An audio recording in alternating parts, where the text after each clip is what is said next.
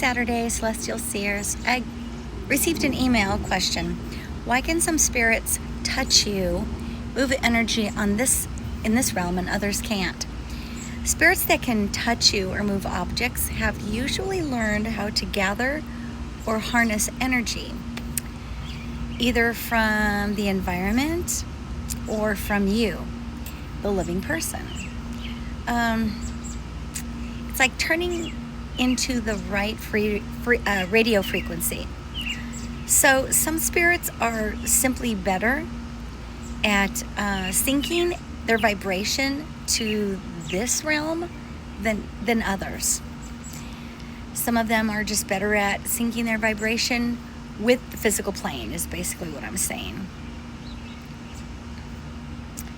Think of it like electricity.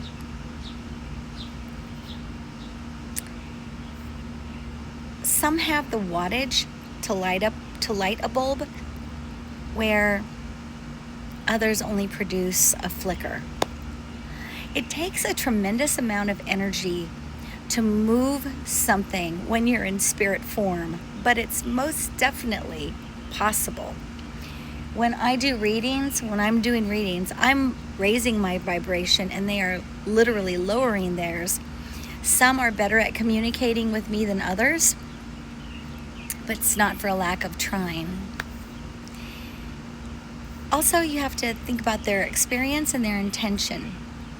Not all spirits are equal in ability. Just like in life, some are more skilled, focused, or evolved than others.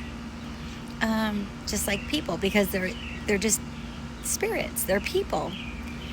And so some are more skilled in using their energy. Spirits who are earthbound or are newly crossed over may not know how to interact. Watch my video about why do some, spirits remain earthbound and others don't. They might not know how to interact with the physical realm as effectively. Possibly they don't realize that they've passed away, or their belief systems just do not allow them to do so. Meanwhile, your elders, your guides, or entities with more purpose or practice tend to be, a little bit stronger, I guess, in their energy, with their energy, and stronger at manifestation. I have been woken up by angels and spirits.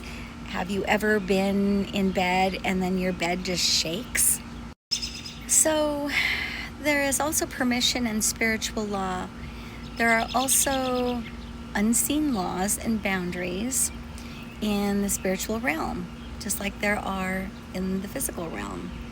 And some spirits, like angels, loved ones, or guides, they may choose not to touch or maybe interfere directly because they just want you to grow at your pace. Perhaps it could disrupt your free will, or they might respect, a spiritual boundary. While others, like mischievous or sometimes lower leveled spirits, may make more noise, but that's not always the case. They might disregard those laws and try to interfere and influence you with bad thoughts, paranoia.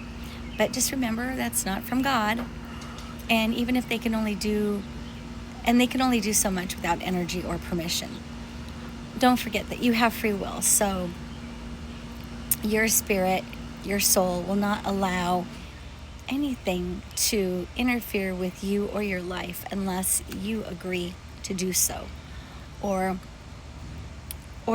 perhaps you just lean into fear too much. Fear can cause a lot of problems.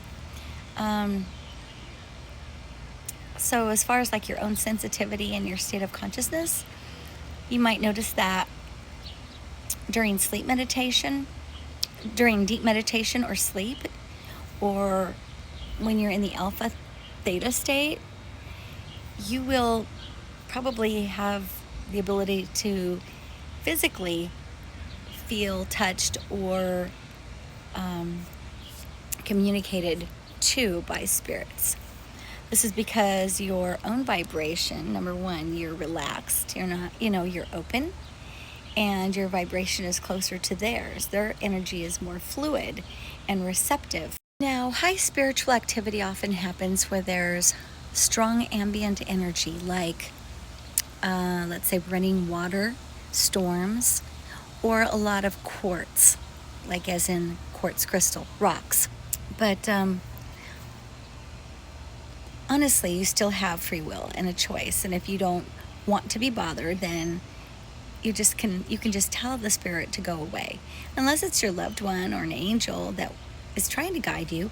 But you just have to ask them. You have to test the spirits, because some spirits have more power, skill, or knowledge in interacting with the physical realm. Others are limited by their energy and their energy and their experience, or even spiritual laws. So you too play a role. You also play a role. Your sensitivity, your state of consciousness, how easy it is for you to, feel energy around you. Are you an empath?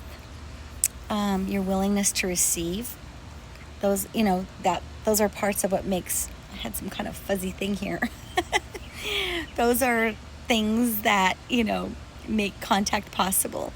I think I mentioned that I started working as a community sales director at Jackson Creek Memory Care, and one side of the facility is open and the other side is not. So when I went to the other side,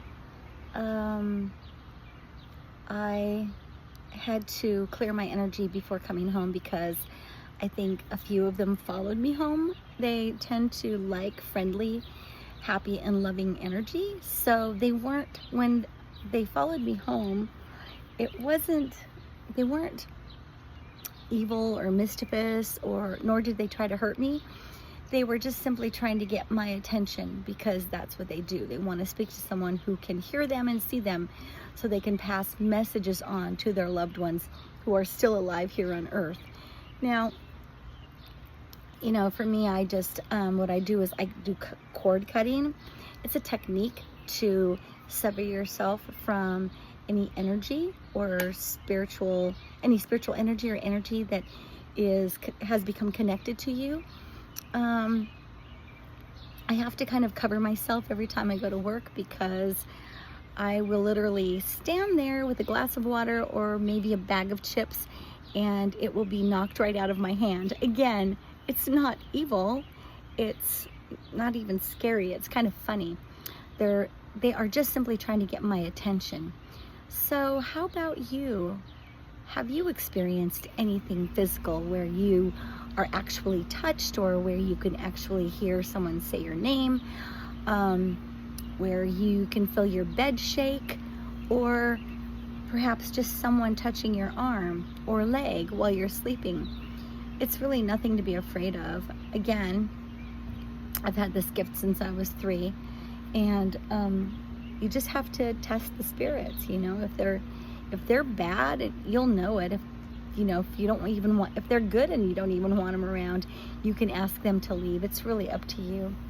But the whole thing about being afraid of the spirit world is just, that's just so Hollywood. It's Hollywood and religion. Religion tries to scare people. Well, that's pretty much how they get people to come to church, is through guilt and shame and fear, unfortunately. Not all religions. My church doesn't do that. They are completely open to my gifts, and it is very freeing to be able to go to a church that is open to metaphysics and open to who I am and what I do. But yeah, tell me about your experiences. Have you experienced that? Do you have any questions about it? Yeah, share with me. Drop a comment below, and don't forget to like and subscribe. It's free and it helps me out. That's my message for today. Have a great Saturday. Mwah. Love you, love you, love you. Talk to you soon. Bye.